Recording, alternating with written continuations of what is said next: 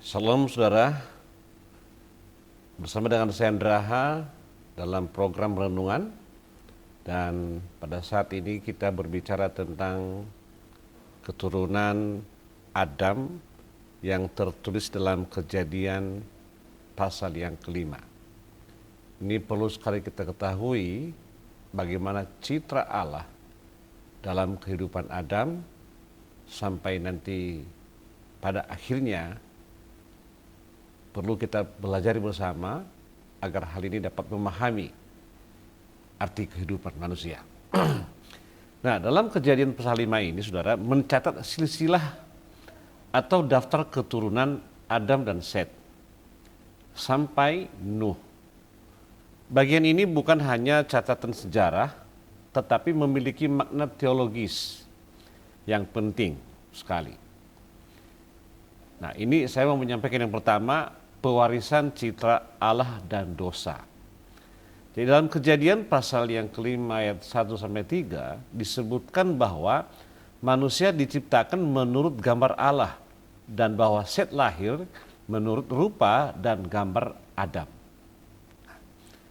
Ini menunjukkan bahwa meskipun manusia diciptakan dalam gambar Allah, sejak kejatuhan Adam dalam Kejadian pasal 3, keturunan yang mewarisi bukan hanya citra Allah, tetapi juga kecenderungan terhadap dosa atau doktrin dosa asal.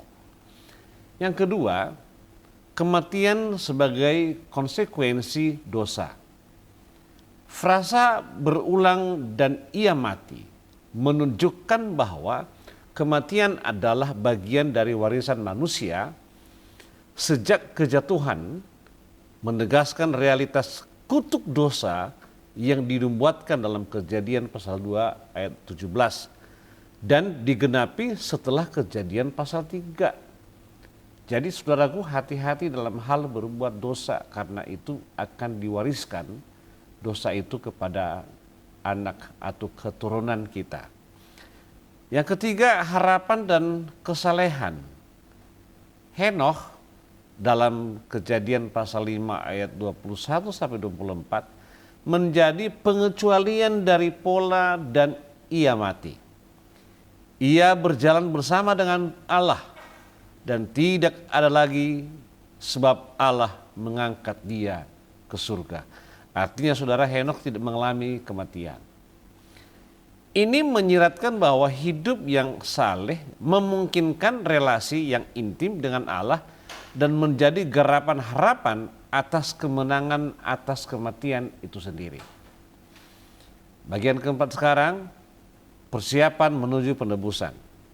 Garis keturunan yang dicatat berakhir pada Nuh, tokoh penting dalam rencana keselamatan Allah dalam Kejadian pasal 6-9. Ini menunjukkan bahwa Allah bekerja melalui garis keturunan untuk memelihara umatnya dan menggenapi rencana keselamatan.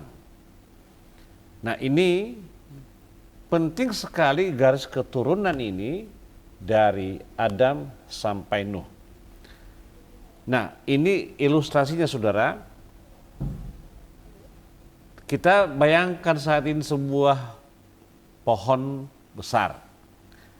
Akar pohon adalah Adam, awal dari umat manusia diberi kehidupan oleh Allah. Batang pohon menggambarkan warisan citra Allah, namun sudah retak karena dosa. Cabang-cabang adalah keturunan Adam, masing-masing manusia mewarisi kerusakan dosa. Semua cabang berujung dengan dan ia mati.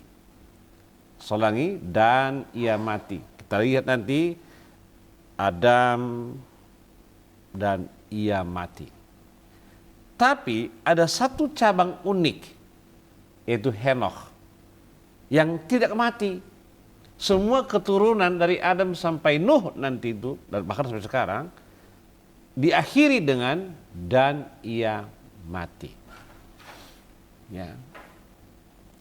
Ada satu cabang unik yang bilang tadi, yaitu Henokh, yang tidak mati, melainkan terangkat ke atas seperti tunas harapan yang mengarah pada pemulihan. Kalau kita baca dalam Kejadian pasal yang Nah, ini contohnya dalam Kejadian pasal 5 ayat 5 berkata, jadi Adam mencapai umur 930 tahun, lalu ia mati. Itu yang saya maksud, saudara. Nah, sekarang ujung pohon itu adalah Nuh. Melalui siapa akan muncul cabang baru yang akan membawa keselamatan yang akhirnya mengarah ke Yesus dalam silsilah Lukas pasal 3. Saya berharap saudara renungan ini bisa memahami tentang secara teologis firman Tuhan ini yang tadi tentang dosa dan citra Allah, dan biarlah hari ini kita wariskan citra Allah dalam kehidupan kita. Jangan kita mewariskan citranya dosa. Biarlah kita tetap hidup di dalam kekudusan. Terima kasih, Tuhan Yesus memberkati kita semua, dan saya berdoa kiranya saudara diberkati, segenap keluarga diberkati, pekerjaan diberkati, usaha pekerjaan diberkati semua. Amin.